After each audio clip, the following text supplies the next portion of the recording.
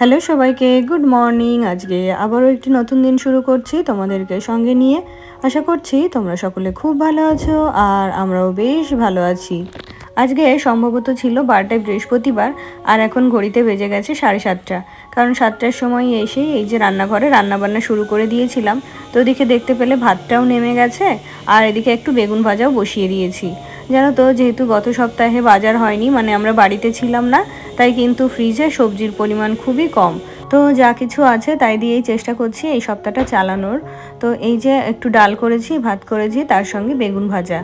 তো ডালটা তো এখনও ফোড়ন দেওয়া হয়নি, তো এদিকে ডাল ফোড়ন দেওয়ার জন্য এই যে কড়াই বসিয়ে একটুখানি তেল দিয়ে দিয়েছি, আর দিয়েছি একটুখানি সর্ষে ফোড়ন।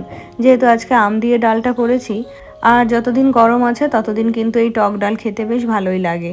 তো এই যে এখন হচ্ছে একটু সয়াবিন রান্না করে নেব, তো অল্প করেই করব।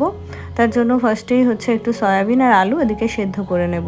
সেদ্ধ বলতে একটুখানি গরম জলে ভাপিয়ে নেব। আর এদিকে দেখো বেগুন ভাজাটা হয়ে গেছে, তো এগুলো দিয়েই হচ্ছে হাজব্যান্ডকে খাবারটা ধরে দেব। আর তো সঙ্গে থাকবে আম। তো আম, ডাল আর বেগুন ভাজা এটা দিয়েই হচ্ছে হাজব্যান্ড খেয়ে বেরিয়ে যাবে। তো হাজব্যান্ডের আজকে আবদার যে ও আজকে ঘরে বসেই খাবে, তো সেই জন্য ওর খাবারটা এখন বেড়ে নিয়ে ওর ঘরে দিয়ে আসবো। সেই সঙ্গে বাটি করে একটু ডালও নিয়ে যাব, তাতে করে বারবার আমাকে আর ঘরে যেতে হবে না। এদিকে রান্নাটাও তো কমপ্লিট হয়নি, আবার ছেলেরও স্কুল রয়েছে।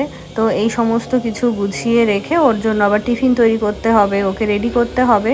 তার মধ্যে আবার মনের মধ্যে তাড়াহুড়ো রয়েছে যে মিস্ত্রিরা চলে আসবে কাজ করতে।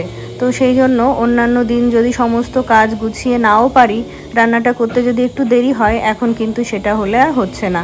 ওই 9:30টার মধ্যেই আমাকে রান্না কমপ্লিট করতে হচ্ছে, আর মিস্ত্রিরা কিন্তু ওই 9:30টার মধ্যেই চলে আসছে।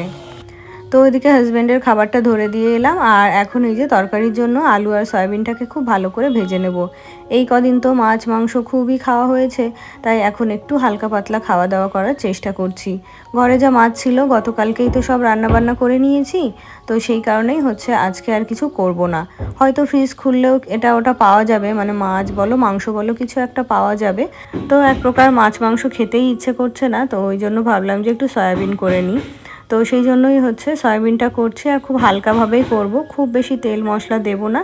তো এই যে ফার্স্টেই একটু হচ্ছে পেঁয়াজটাকে ভেজে নিয়েছি, তারপরে যে আদা জিরা বাটা লঙ্কা বাটার যে পেস্ট থাকে সেটা দিয়ে দিয়েছি। তারপরে যে নুন হলুদ লঙ্কা গুঁড়ো ওটা দিয়ে এগুলোকে ভালো করে কষে নেব। আর এই সব শেষে দিয়ে দিলাম রসুন। আর আগে জানো তো আমি এই রসুনটা সমস্ত মশলার সঙ্গেই একসঙ্গে দিয়ে দিতাম। তো এতে করে রসুন ভাজতে যেহেতু কম সময় লাগে, তাই রসুনটা পুড়ে গেলে ওর গন্ধটা থাকতো না। তো এখন যেহেতু রসুনটা একটু পরেই অ্যাড করি, তাই কিন্তু তরকারির মধ্যে রসুনের গন্ধটা খুব ভালোভাবে থেকে যায়। আর সেই জন্য তরকারির যে অ্যারোমাটা সেটাও কিন্তু খুব ভালো হয়। তো তারপরে এদিকে হচ্ছে তরকারিতে ঝোলটাও দিয়ে দিলাম, আর সয়াবিন আলু তো আগে থেকেই ভাপিয়ে নেওয়া ছিল, তো ওগুলো একটু ভালো করে সেদ্ধ হয়ে এলেই নামিয়ে নেব। আর এদিকে ওই যে হাজব্যান্ড খেয়ে গেছে বা আমার রান্নার যে সমস্ত বাসনগুলো বেরিয়েছে সেগুলো এখন একে একে মেজে নেব। আর থাকবে শুধুমাত্র হচ্ছে আমার কড়াইটা, তো এগুলো আগে বেশিটা মেজে নিই, আর পরে একটা কড়াই থাকলে ওটা সময়ে মাজলেও হবে বা সিঙ্কের মধ্যে রেখে দিলেও হবে। যেহেতু এই যে বলি না মিস্ত্রি দাদারা কাজ করতে চলে আসে, তো আমার যদি রান্নাঘর ছেড়ে দিতে দেরি হয় তাহলে কিন্তু ওনাদেরও কাজ শুরু করতে লেট হয়। তো সেই কারণে আর কি কিছু কাজ বাকি থাকলেও সেগুলো আমি ফেলে রেখে যাই, মানে বাসন ধোয়া বলো বা রান্নাঘর পরিষ্কার করা বলো। রান্নাঘর তো আবারও রাতের বেলা আমাকে পরিষ্কার করে নিতে হয়।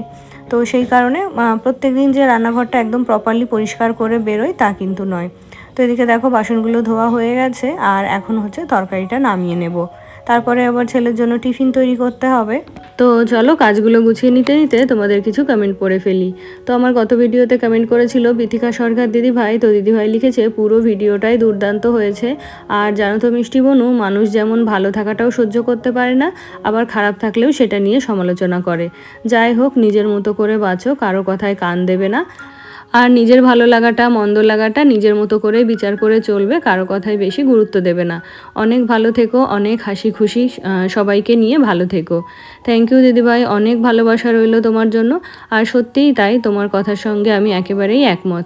নিজের ভালো থাকার দায়িত্বটা এখন নিজের হাতেই রেখেছি, আর নিজেকে এখন এতটাই শক্ত করে নিয়েছি, কেউ কিছু বলে চলে গেলেও বা খারাপ কথা বললেও আমার অতটাও গায়ে লাগে না। আসলে যার স্বভাব যেমন সে তো সেরকমই থাকবে, চাইলেও আমি তার স্বভাবটা পরিবর্তন করতে পারবো না। তো সেই জন্য এখন নিজের মতো করেই ভালো থাকার চেষ্টা করছি, আর ভালোও আছি এখন। ওই যে বললাম, কারোর কোনো খারাপ কথায় আর খারাপ লাগে না। তো তারপরে ওদিকে রান্নাবান্না কমপ্লিট করে ছেলের জন্য একটু ফ্রাইড ম্যাগি বানালাম। ওর আজকে বায়না ছিল যে ওকে আজকে ফ্রাইড ম্যাগি করে দিতে হবে। তবে ফ্রাইড ম্যাগিটা না ওর পছন্দ হয়নি।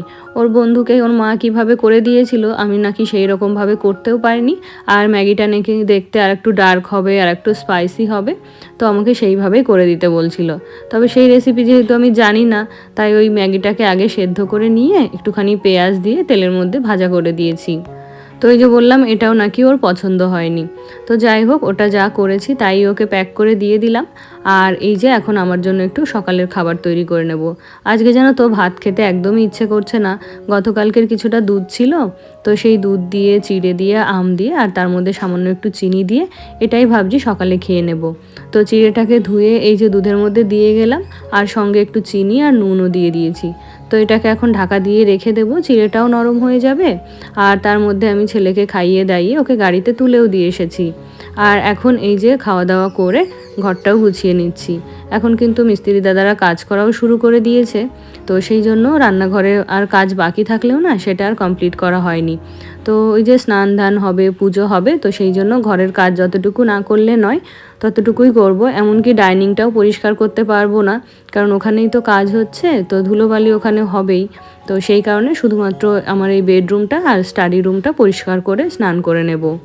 তো তারপরে আমার গত ভিডিওতে আরও কমেন্ট করেছিল পূজা কুণ্ডু বোন। তো বোন লিখেছে যে দিদি তুমি খুব ভালো আর খুব ভালো থেকো। থ্যাংক ইউ বোন, তুমিও খুব ভালো থেকো। আর কি জানো তো, তোমরা এই যে যারা নিঃস্বার্থভাবে আমাকে ভালোবাসো, তোমরা হলে খুব ভালো মনের মানুষ। কারণ একজন ভালো মনের মানুষ না হলে কখনোই কিন্তু অন্য কাউকে ভালোবাসা যায় না। আমার গত ভিডিওতে আরও কমেন্ট করেছিল ঝুমা দিদি ভাই। তো দিদি ভাই লিখেছে খুব সুন্দর লাগলো। থ্যাংক ইউ দিদি ভাই, অনেক ভালোবাসা রইলো তোমার জন্য। আমার গত ভিডিওতে আরও কমেন্ট করেছিল ভারতী দিদি ভাই। তো দিদি ভাই লিখেছে খুব খুব খুব ভালো লাগলো, অনেক সুন্দর ভিডিও দেখলাম, মন ভরে গেল। সব সময় ভালো থেকো মিষ্টি বোন। থ্যাংক ইউ দিদি ভাই, অনেক ভালোবাসা রইলো তোমার জন্য। আর জানো তো দিদি ভাই, আমিও চাই এরকম সুন্দর সুন্দর ভিডিও তোমাদের উপহার দিতে। যেহেতু এই যে বাড়িতে কাজ চলছে, তাই চাইলেও কিন্তু অত সুন্দরভাবে ভিডিও শ্যুট করতে পারছি না বা তোমাদের সাথে শেয়ার করতেও পারছি না। তবে খুব তাড়াতাড়ি আর কি ঘরের কাজটা শেষ হয়ে গেলে অবশ্যই তোমাদের সাথে সুন্দর সুন্দর ভিডিও শেয়ার করব। আর সেই সঙ্গে আমার সংসারের কাজগুলো বা এই ঘরবাড়ি গোছগাছের কাজগুলো একদম মন দিয়ে গুছিয়ে করব। তো তারপরে তোমাদের সাথে দেখা হচ্ছে বিকালবেলাতে। তো আজকে যেহেতু সকালের দিকে একটু বৃষ্টি হয়েছিল, তাই আমার একটু চা খেতে ইচ্ছে করছিল। তো মনে মনে ভাবলাম যে একটু চা করে নিয়ে ছাদে গিয়ে দোলনায় একটু বসবো। আর এখন তো মিস্ত্রি দাদারা কাজ করে চলেও গেছে, তো সেই জন্য ভাবছি কি ছাদে গিয়ে একটু বসি। আর যেহেতু ছাদে এই কাজ টাজ হয়, তো সেই জন্য অনেক দিন হলো আমার ছাদে যাওয়া হয় না। তো এখান থেকেই ভাবছি যে একটু চা করে নিয়ে যাই, সঙ্গে একটু পপকর্ন নিয়ে গিয়ে দোলনাটায় বসবো। দোলনাটায় যেহেতু অনেক দিন চড়া হয় না, তো সেই কারণে আর বৃষ্টি হয়েছে বলে যাওয়ার ইচ্ছেটা হচ্ছে, না হলে ছাদে তো খুব গরম থাকে, তাই আর কি যাওয়া হয় না। তবে এখান থেকে যেটা ভেবে গেছি, উপরে গিয়ে আমার মনটা একেবারেই খারাপ হয়ে যায়। কারণ ছাদে গিয়ে দেখি দোলনাটার উপরে হনুমানে হচ্ছে পটি করে রেখেছে। তো অল্প সাধ্যি হলে হয় প্রচুর পরিমাণে। আর যেহেতু আমি দোলনাটা কিছুদিন আগে গিয়েই ভালো করে ঢাকা দিয়ে এসেছিলাম, তাই কিন্তু দোলনার সিটটাতে খুব একটা নোংরা হয়নি। মানে নোংরা হয়নি, যে বেডশিটটা ছিল সেটাকে তুলে পুকুরের মধ্যে ফেলে দিয়েছি। তো সেটা তো ধোয়া সম্ভব ছিল না, তাই আর কি। আর জানো তো, আমার মনে হয় কি হনুমানরা রিভেঞ্জ নেয়, কারণ ওদেরকে যখন তাড়াতে যায় তখন কিন্তু এগুলো কিছুই করে না, ওরা চলে যায়। তবে যখন তাড়িয়ে চলে আসি, তখন দেখি এই দোলনাটা নোংরা করে রেখেছে, বা আমাদের এই ক্যারামের গুটিগুলো সব ছড়িয়ে ছিটিয়ে রেখেছে, এমনকি ক্যারামটাও ফেলে দেয়। তাছাড়াও আমার ছাদে যে মাটির উনুনটা ছিল সেটাকেও ভেঙে ফেলেছে। তো এই নিয়ে 2-3 দিন হলো যে দেখেছি জিনিসপত্র নষ্ট করেছে। আমার মনে হয় কি ওরা রাগবশতই এই কাজটা করে। আজকে তবে এখানেই শেষ করছি, টাটা।